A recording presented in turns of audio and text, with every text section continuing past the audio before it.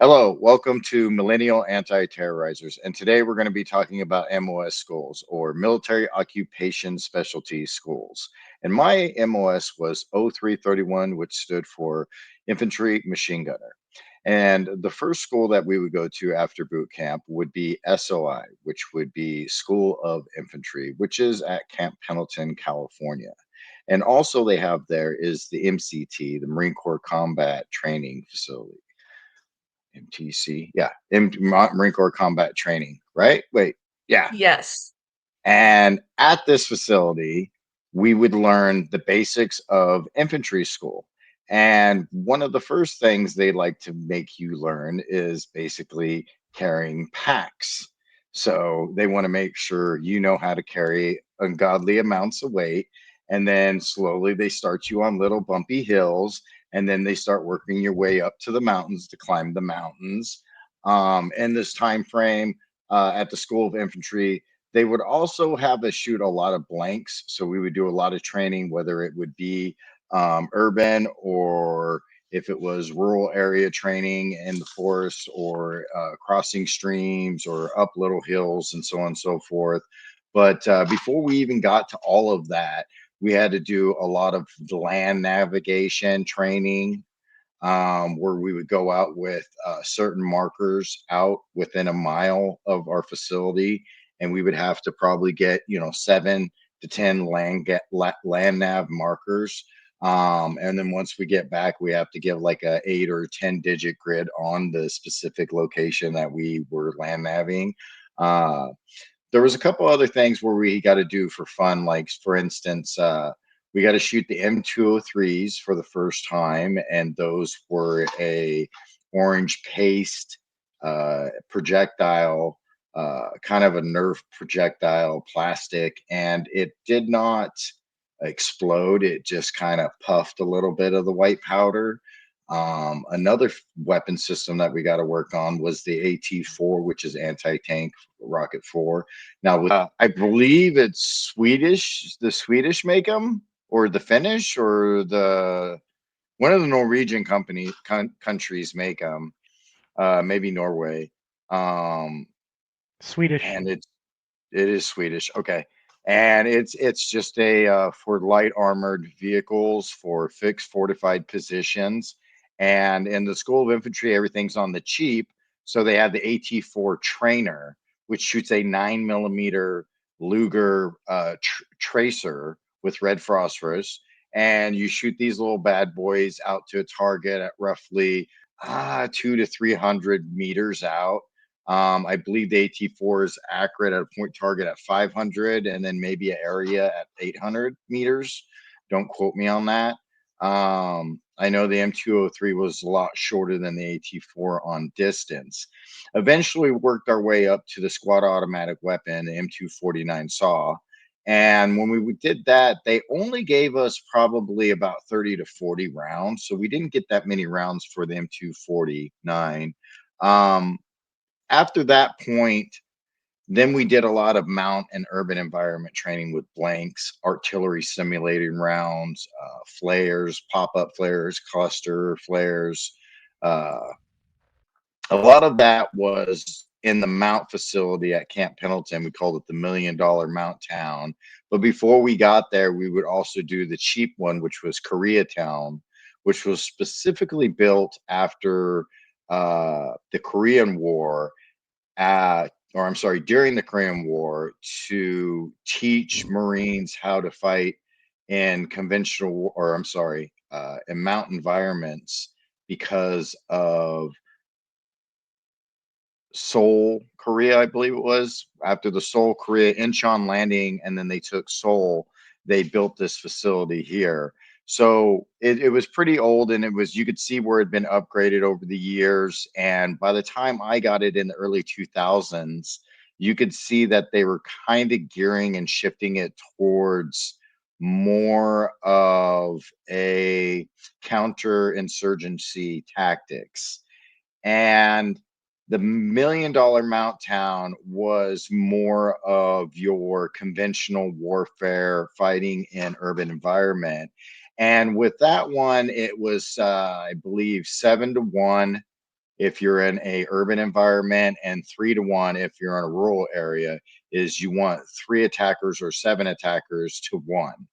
And we would learn these basic tactics with blanks. We never got to use simulation rounds, sim rounds, which is kind of a plastic projectile with a paste on it, and it's more of a extreme paintball since it shot out of a 9 millimeter cartridge. So it is not a full load of gunpowder, but it is a little bit lesser. At this point, they did separate us, and this is where I remember the majority of my MOS schooling was when they separated from the infantry training, and then I had to go to the crew serve training with weapons company, where I was eventually learned about the M240 Golf, the M250 caliber machine gun, and the Mark 19 40 millimeter machine gun. Now, with these 3 weapon systems, they basically made us spend 2 weeks on each weapon system platform. And then so I was there for an additional 6 weeks with the weapons company. And at this time, they let us go out into town, into Oceanside and things like that. And we could go out into town, watch movies, get haircuts, get our dry cleaning, go to military surplus stores and get the proper uniform equipment that we would need, kind of deal. With the MCT training, those Marines did not get to go out in town. They were doing the exact same thing I was doing, but instead of them doing it in 3 to 4 months, they were doing it in half the time in 2 months. So they did not get their weekends off to compress their time on the training, which Beth, you did a lot of that. So Beth, now that you've heard, basically, I've done the same thing as you, just a little bit longer and more extensive with the MCT when I was at SOI. But what did you do with your MOS training after MCT? So once I got done with MCT, I eventually went to Fort Leonard Wood, Missouri, where my MOS school was. So MCT for me was actually at Camp Geiger, which is part of Camp Lejeune in North Carolina. So again, going back to or as you were, Fort Leonard Wood, Missouri. My school was motor transport operator, as I've been talking about. That's what I did. And with this base, it wasn't just Marine Corps, it was kind of everybody of all kinds of branches. So it wasn't just Motor T on this. We got some MPs from the Marine Corps, and then I saw some Army guys. But, anyways, moving forward, their goal for us, not just to learn how to drive, like we already know how to drive, but because these are bigger trucks, they want us to know how to maneuver these. So starting with the 7-ton is what we really drove the most. I don't think we really touched the Humvees at all. Excuse me. Because they were pretty similar to like a regular vehicle, so it was a little bit easier to drive. So they wanted to teach us on the bigger trucks. They used to get cones and stuff out there. They want us to learn how to kind of work with tight maneuvers. They want us to learn how to use trailers. So there was short trailers or long trailers. They wanted us to learn how to more like back things up. And I feel like that was a challenge for me because I've never done that before. Even though I grew up on a farm and I've worked with things like trucks and whatnot, it was a little bit different working with a tractor trailer. And it was a little bit shorter. And I feel like the shorter ones were more of a challenge than like the longer ones because I've worked with fuel trucks, which was a little bit easier. So using these cones, they wanted us to back into these and making sure we were square. So they just wanted to get us familiar with how to do this, especially if we're by ourselves and we don't have anybody just to help us.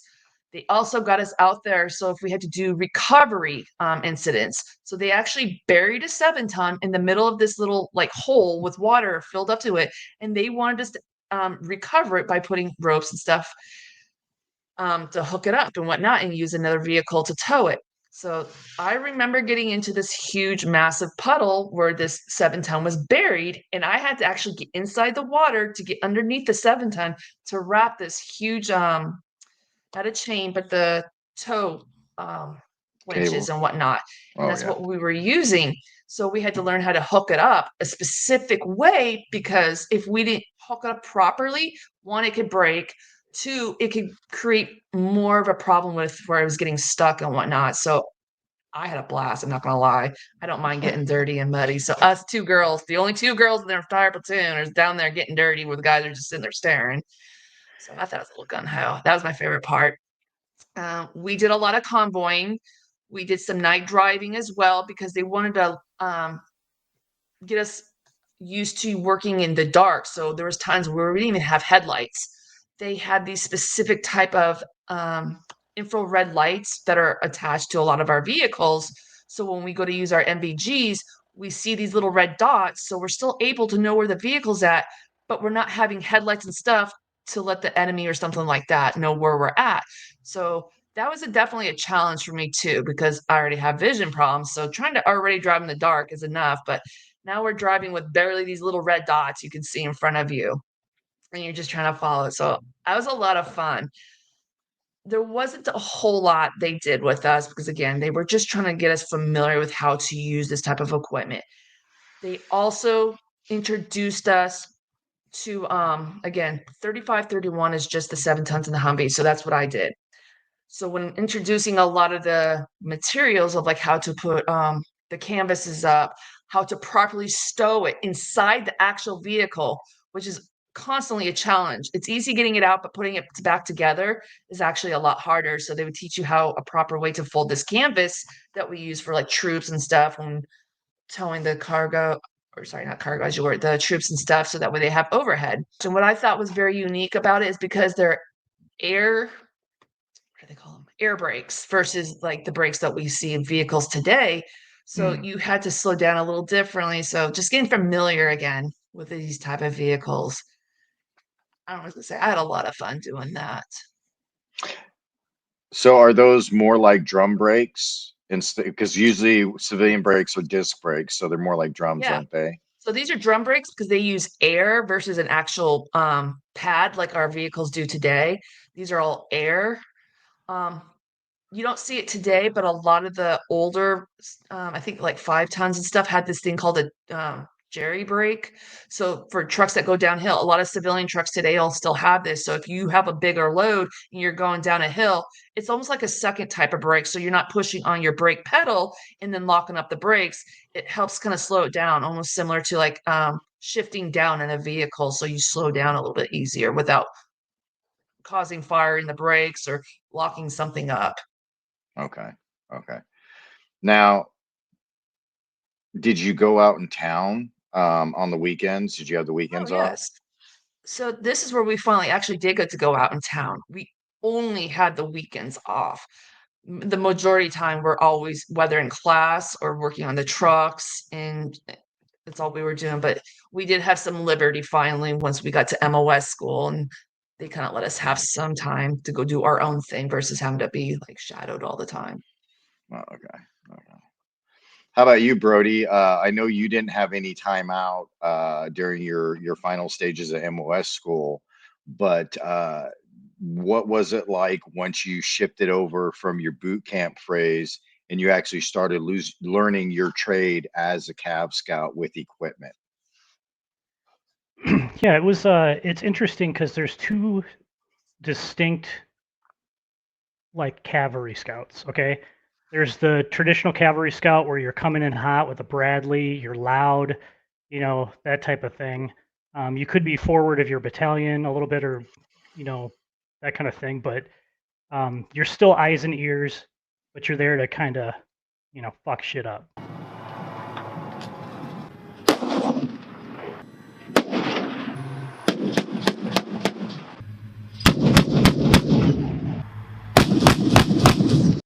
Yeah. And then there's the light scout. And the light scout is like the older kind of generation, kind of prepping for more of a like a Cold War type situation where it's going to be a mass invasion. You're going to be in the woods, that type of stuff. So for the heavy scouts, the armored ones, the Bradley fighting vehicle was a blast to work on. We got to drive it. It has a 25 millimeter Bushmaster on it, which actually the chain is developed by Harley Davidson. It's got a Cummins engine in it, it's diesel. It has auxiliary or like a coax on it, 240 Charlie, which is 7.62. The 240 Charlie in that one's actually kind of interesting because instead of feeding from the left to the right, it goes, or what am I doing? Is it backwards? It's backwards than all the other 240s, Okay. just because it dumps out the brass on the right-hand side. So it's just a little bit different. That one's right in front of the Bradley Commander. He has like a little hatch that he can open up and reload and all that kind of stuff. There's a gunner sitting next to him, so there's two people in the turret. The gunner takes over pretty much everything with the 25 millimeter. Then on the side of the turret, we have two tow missiles, and typically there's a guy in the back of the Bradley, and he can open up the troop hatch and reload the tow without ever really leaving the vehicle. And then there's the driver. So you don't need the guy in the back. It's nice, but the whole Bradley can be ran on 3 people, and we ran on 3 people quite a bit because the dismounts in the back are typically off the vehicle and checking, kicking in doors or doing whatever they're doing, or traffic control points, all that. When we were learning all of it, we got to do almost everything with it, taking off the barrels, knowing how to reload. The 25 millimeters, it's kind of a messy system. It's not easy to learn. There's a lot of moving parts, and everything has to work perfectly. And I'm not going to say the name of the huge rod that we used, but there's a rod in there that you have to pop it in and out if it gets jammed or anything like that. We're all in the tanker suits that are fire retardant.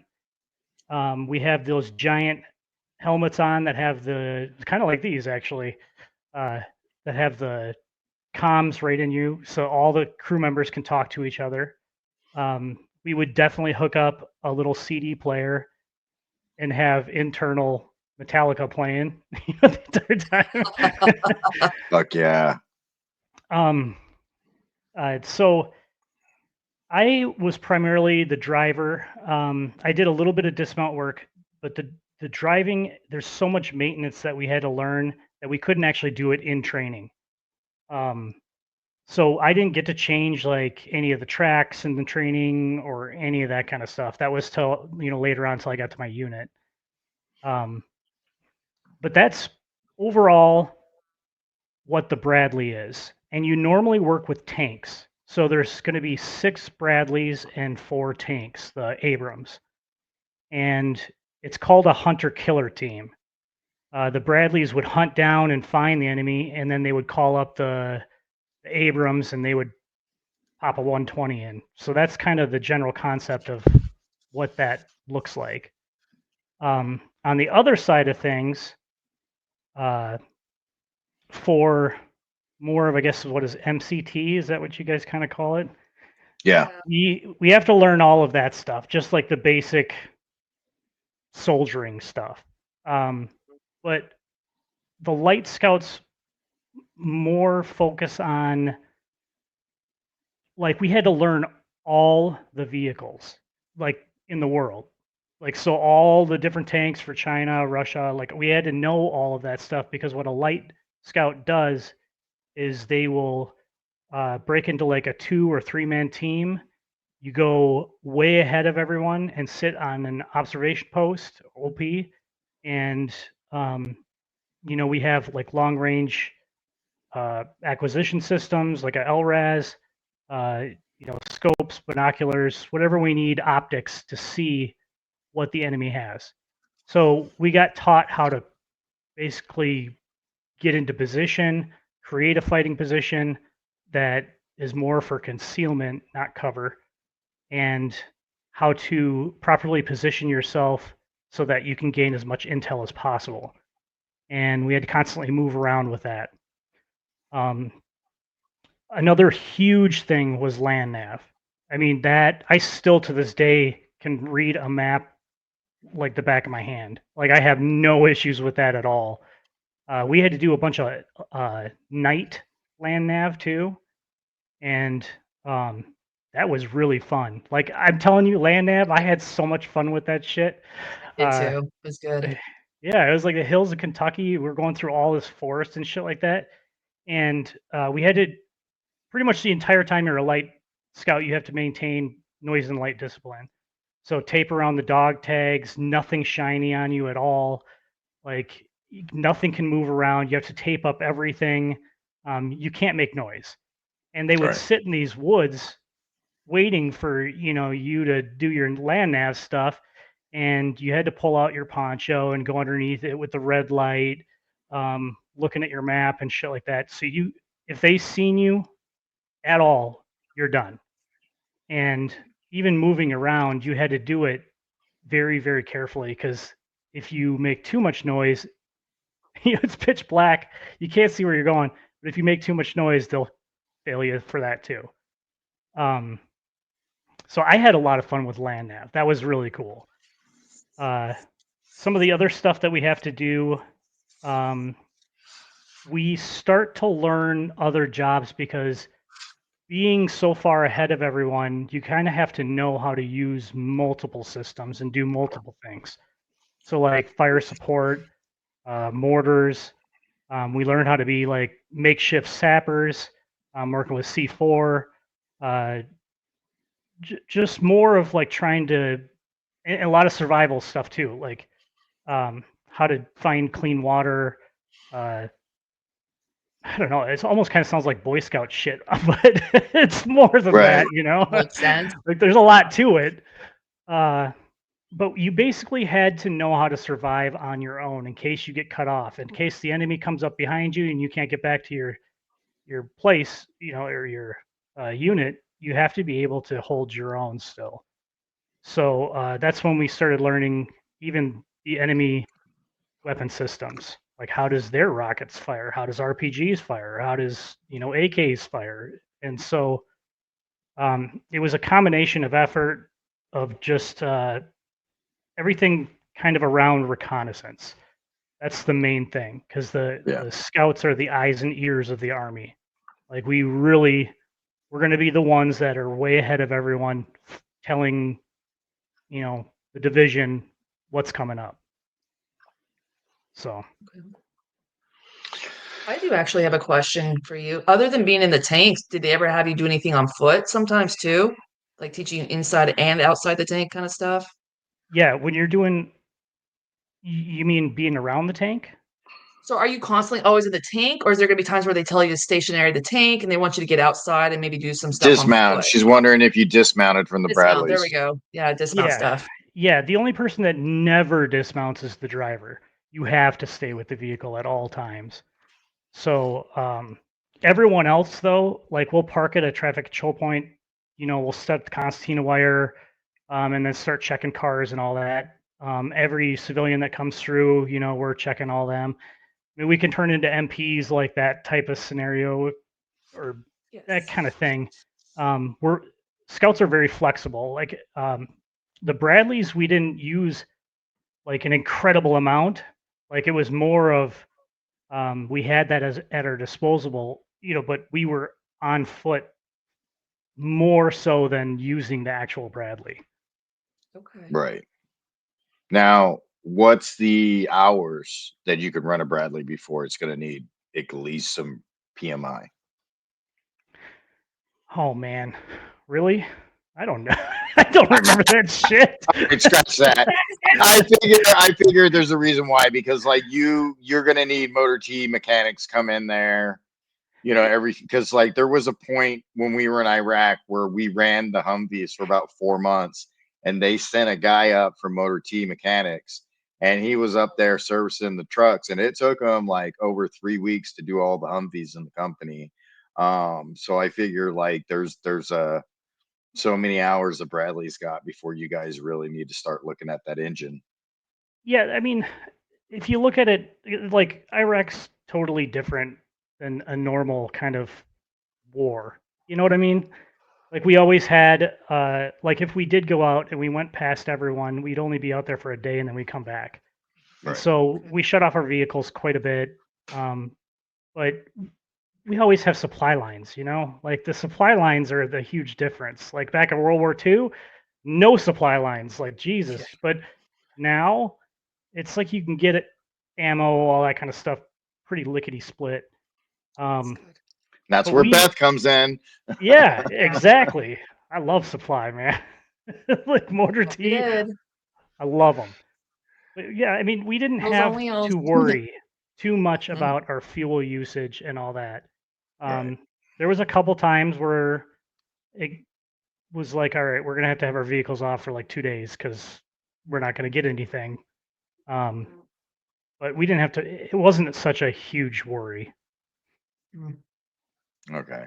I Okay. figured they would like run you with the Bradleys for a week or two and then make you do PMI, kind of deals, so with the machine guns, the way the machine guns worked was it was a week in class, and then it was a week in the field. And when you did the machine gun shoot, they would want you to then, of course, do the PMI on the machine guns, get all the carb off, get it all cleaned up. A lot of machine gunner school is just maintenance or going through the functions of dismantling and assembling your machine gun. Um, and with the 240 Golf, you know, averaging was around 28, 29 seconds to 32, 31 seconds. Anything less than 28 seconds is shit hot. Anything over 31, 32 seconds is unsat. You're taking, you fucked up somewhere in it. It needs to be a slow, smooth, and smooth as fast. With the 50 cal, I would say the first time you take a 50 cal apart and put it back together, you're looking at 5 minutes. And then you have to figure out how to get that down to 53 seconds, 54 seconds. I want to say is some pretty shit hot moving. I would say getting slow at it because you got more leniency. I would say around 64, 65 seconds is where you're starting getting in the slow, taking apart and putting it back together. And the 50 cal has a lot of moving parts on it. With the Mark 19, I believe the Mark 19 was a little bit more on time frame than the 50 cal. No, it should have been less. There's less moving parts on. I can't remember. I just remember I hated the Mark 19 because the safety housing unit on the bottom of it is a square with sharp corners, and you have to push up and then rotate it and then drop it. Well, when you push up and try to rotate, if it catches, you're just going to cut your hand on it. And so so with the Mark 19, you got to like show that you're a man, and you got to man up on that one because there's nothing gentle with the Mark 19. You got to be rough with that son of a bitch. Beth, you were talking about shifting your loads and everything like that to make sure that you're maneuverable. But what about the PMI that you guys had to do? Because I'm sure you guys had to do a lot of your own maintenance on your vehicles. Did they teach you that also in trucking school? So yeah, so it's called first, second, and third echelon. So the first echelon is like us. We get to do it's kind of the basic stuff. So filling your or not changing your oil, but you want to check the oil sometimes.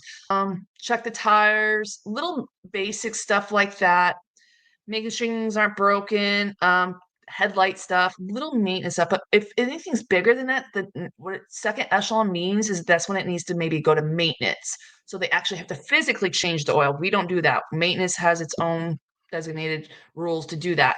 That's when they change things, fix things, and whatnot. Now, third echelon is when maybe it's so damaged that our maintenance guys can't do it. So they have to take it to a special company called, I'm going to say it's Oshkosh. Maybe I'm saying, yeah, Yeah. Oshkosh is the word, not OSHA. And so they would take it to this civilian slash military company. So because I know I'm kind of in North Carolina when I talk about this right now. In school, I don't know where they took the trucks, but there was a place in North Carolina we used to take our trucks to if they had to have this more bigger type of maintenance that our guys couldn't handle and they had to order special parts. So that's what that meant. some other things I kind of forgot to tell you about too is also making sure our trucks are operational, meaning like our vehicles aren't like a typical vehicle because we have spark plugs, for instance. So that's why we have ignitions.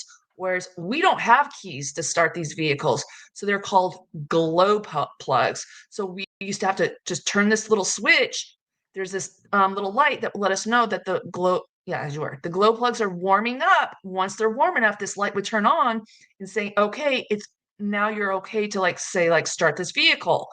So these are the things we have to check. We would have to turn on our vehicles every single morning just to let them run a little bit, especially during the colder seasons, not so much in the warmer seasons, because we had to let the vehicles run if they're not being used frequently as well. So they wanted us to kind of learn this kind of stuff. Um, Something else I forgot to mention when I was telling you about the canvases and the side beds. So our flatbeds, when we're putting stuff away, it's such a tiny hole that sometimes we actually put another Marine inside this little hole so they could help pull these side beds in because they're so heavy and you have to put them in so specifically or they just will not go in at all. So it's like Tetris a little bit. Yeah. It's like you're trying to fit all these side beds in. So you see this Marine while he's pulling, while we're pushing, and at the same time, you don't want him getting stuck or he can't get back out because there's a little hole underneath the truck that he has to sliver through just to kind of get back out as we're pushing the stuff in. So we used to go to maintenance and borrow a tow bar, and that's how we used to kind of, I guess, jerry rig it in by slamming it in there, not really placing it in there. So you kind of have to manhandle this a little bit. Those are some things we actually had to do sometimes too. But bust and rust, I mean, not that we ever did it much, but if they were an older vehicle, it was just kind of something to kind of keep us busy. I was going to mention, I forgot to too when I was talking about the ignition switch. There's also some things we don't have like levers. We still have like a signal, but we have something where it's called, I want to think it's called mud, sand, and something else. We use those because of the way the tires work, they can inflate and deflate on their own. Because I went back to the whole drums and them being air. Same thing with the brakes. So we would push this. So if we got stuck in the mud or we're like anywhere where we need to have less air so that we have more traction, they taught us what these little buttons would mean. So we had things in there that would help us, even downshifting versus an actual shifter. Everything was buttons. You can't mess this up. I mean, it's pretty much Barney style for the dumbest person possible. So I thought those were Okay. pretty interesting. One of the things we got in trouble on was the malfunction of a machine gun. And it was the 240 Golf. It was the first week of classes, and we weren't taking it serious. Like we kind of finished our infantry school, and we're like, okay, this is, we're getting cocky now. And with it, it's like a family tree. It starts off with malfunction. It's either A or B. And if it's B, then it goes down. And then now you have two separate things you would do to it. You either do this or that. And it would go down several different layers to where there's like 16, 17 different things you can do with the machine gun, depending on where you're going with it. But each little thing, it would say something like, raise dust cover and wait 3 to 5 seconds, and then lift feed tray, and then pull bolt to the rear, lift feed tray, feed cover, keep head down 3 to 5 seconds or something like that. That's one thing. Okay. So he wanted us to write this down, like, I don't know, like 10 times. Okay. Not everybody did it 10 times. So everybody has to do it now 100 times. So we're up all night filling out this fucking shit over and over again. And not everybody gets it to 100 times. So the next night he says, okay, now you have to do it 200 times. We literally sat there in an assembly line writing out each paragraph, pass it over, each paragraph, pass it over, each, one paragraph, pass it over, just an assembly line. We still did not make it, but we produced so many of them, and we knew the function of the 240 like no other. He just called it quits because like we were so close to losing our weekend off. How about you, Brody? Do you remember them playing a fuck game with you like that when you came up to one of your schooling on weapon systems or something? Yeah, that's a real thing. Like, you got to remember, like, you guys were in a school. I was still in OSIT, so it was like extreme basic training all the way through, all the way to the 16th week. And so that whole thing never stopped. Every single thing that we ever did, we got fucked with. Like, there's supposed to Yeah. be even like the phases that we got told. It's supposed to start out, you're in red phase, and then it's white phase, and then blue, and then it goes like green and some other shit. I don't even know. We never made it to that far. I actually talked to a bunch of scouts, and I think that those later phases are made up. Like, it's not even, no one ever gets to that. So we just kept on going from red and white back to red over and over, and we made it to blue for like 3 days, and it was right back to white. Um, it's just, they would always try to find something in some way to screw you over. And we did a lot of low crawling, a lot of PT, like that type of stuff, or remedial training. Is that what it is? Yeah. Yeah. Yeah. What about you, Beth? Do you remember any fuck games that they played with you in Motor T school where it was like where they tried to get you and get you good? Yes. So because we can actually turn off the battery, there's this little switch because it helps prevent the battery from dying. Pretty sure they told us that, but I didn't remember at the time. But I remember they had switched it off on me and wanted us to start the vehicles. And it took me forever to figure out. I thought I did something wrong. I was like, dude, this vehicle is not starting. What did I do wrong? And that was their idea. Is like, remember the switch. That's all they want us to remember is always flip the switch, then try turning on the vehicle. So that was one of the fuck games they did with us. Or they would tell us to go get a canvas stretcher or blinker fluid and all these weird, stupid things. And it's like, because we're so trying to be the best Marine we can, we're still fresh boots, kind of, in a sense. We're not paying attention. So that's why they would do these little mediocre fuck games. So, yeah. They messed with me on the canvas stretcher. I did went and asked maintenance for a canvas stretcher, and they just kind of laughed, and I didn't understand. And I went back. I was like, "There's no such thing as a canvas stretcher," and they all just laughed. And I was like, "Okay, they got me. Whatever. Fuck you guys." But we still took the stuff with us back to the fleet too, because I don't know, some of the kids I don't think paid attention, and so we used it again on the boots that were coming into the fleet as well. Things like that. Um, or they'd what was some other things? We'd have some stuff missing and they'd want us to go find it. And it was just a scavenger hunt all the time. It almost kind of felt like a little bit of boot camp with the fuck games. Not so much of them yelling, obviously, but I just got tired of it. I was like, I'm done with this. I was like, leave me alone. All right. Anybody got any more questions, comments, or concerns? No, I think that pretty much wraps it up. That pretty much wraps it up. Well, I just want to say, mean- everybody, thank you for watching Millennial Anti-Terrorizers, and this wraps up MOS School. Thank you, everybody, for watching.